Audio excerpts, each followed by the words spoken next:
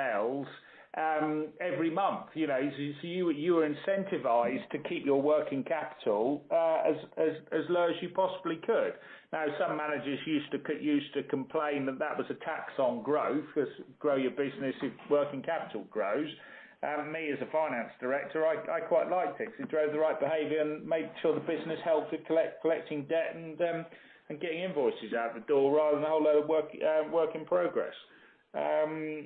So unless that culture has changed, I think there always will be a focus on cash collection and generating free cash flow. Though obviously, from what they're saying publicly, there's going to be a net cash outflow in the current year. So.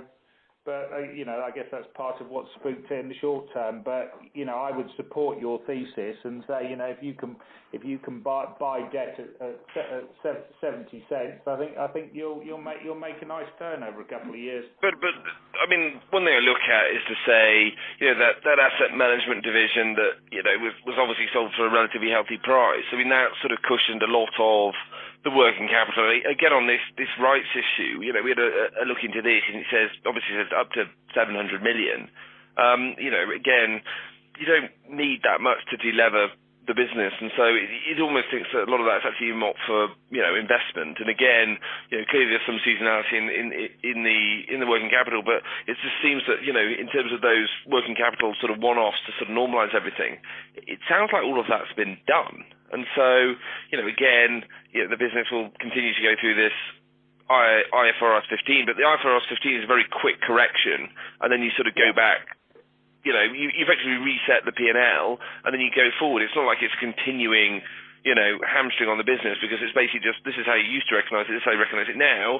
You take the hit and you move on. And we've seen it in other businesses as well, where, you basically have to flatline things, and then you actually get sort of a bit more growth going forward, because, again, you don't have to keep winning more business to sort of tank things up. It's more of a sort of, almost a run-off sort of method of accounting. And so, again, you've had that. And so, again, you sort of, run through the business and think, well, Capita is just so big. And again, it seems to be another big problem in people's analysis.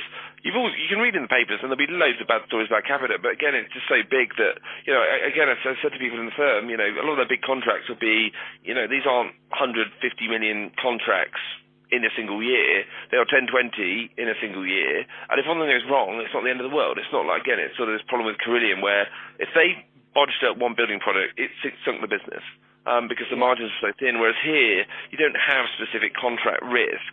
And again, it seems with local authorities there are some. You should watch out for that. I mean, look at the analysis, when the next full set of results come out, look at the analysis of the size of the contracts up for renewal, because there are some where they are significant percentages of revenue.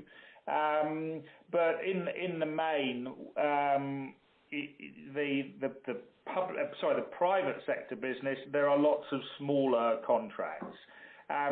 Just on your point about margins, remember that I think the group margin now will be put under pressure. To ignore all the exceptionals and the restructuring costs, but because a lot of the businesses that are either being sold or being sold, they were relatively high margin businesses. The asset servicing business, we were doing 25%, 26% EBITDA margin. The group margin when I left was 13%. Now you can be sure that parking high as well is a pretty high margin business. So what ends up being left in this simplified group, there may be a bit more sensitivity to individual contracts because overall margins are declining. But logic would say that if they're keeping all these software businesses, clearly software businesses are high margin businesses, and they will desensitize any disasters on a public sector contract, which probably is typically bid at about 10%.